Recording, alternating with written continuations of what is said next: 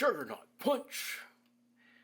Hey guys, welcome back. This week we're looking at Juggernaut from the 2-pack Juggernaut and Colossus. But I'm just doing the retro review for Juggernaut this week. Stay tuned.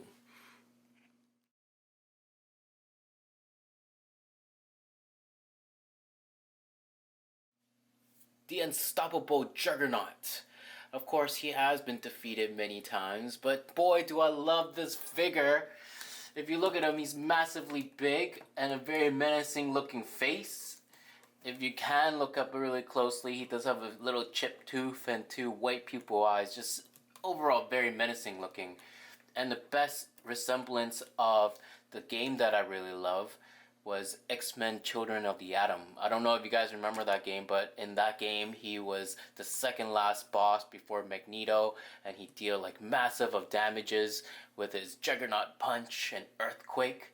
So I spent hours playing that game when I was young, and he was always one of the tougher bosses to fight against. But of course now he's not even in the newer games, which is kind of sad. I wish they did a HD version of Children of the Atom, because I'll definitely would buy that. Tell me in the comments if you remember that game and if you actually really enjoy that game as well, because it was one of my favorite games back in the days, and I don't have a copy of the game, so I really want to play it again. Anyways, back to this figure. He is very detailed.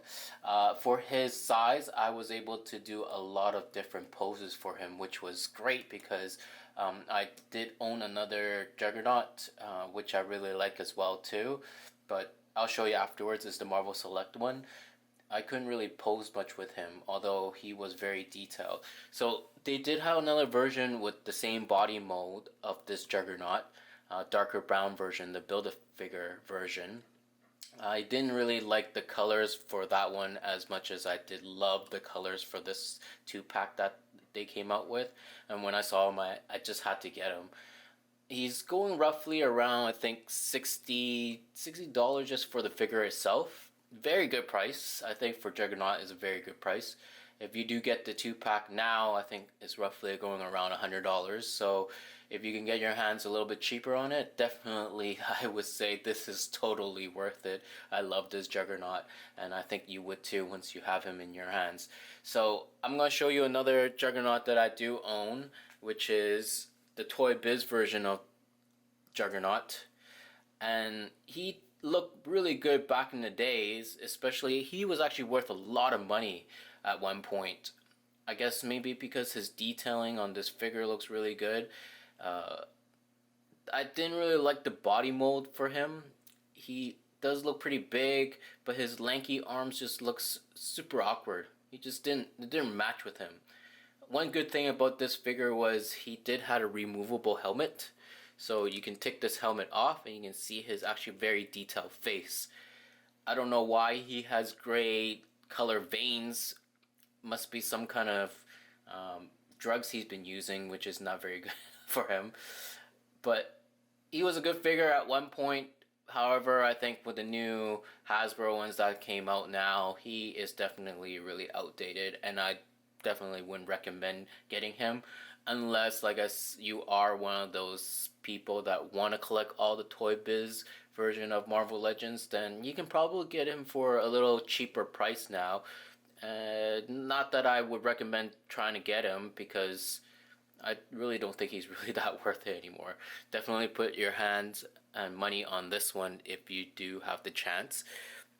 I will show you the other Juggernaut that I did collect was the Marvel Select version, and I really did like this version as well too.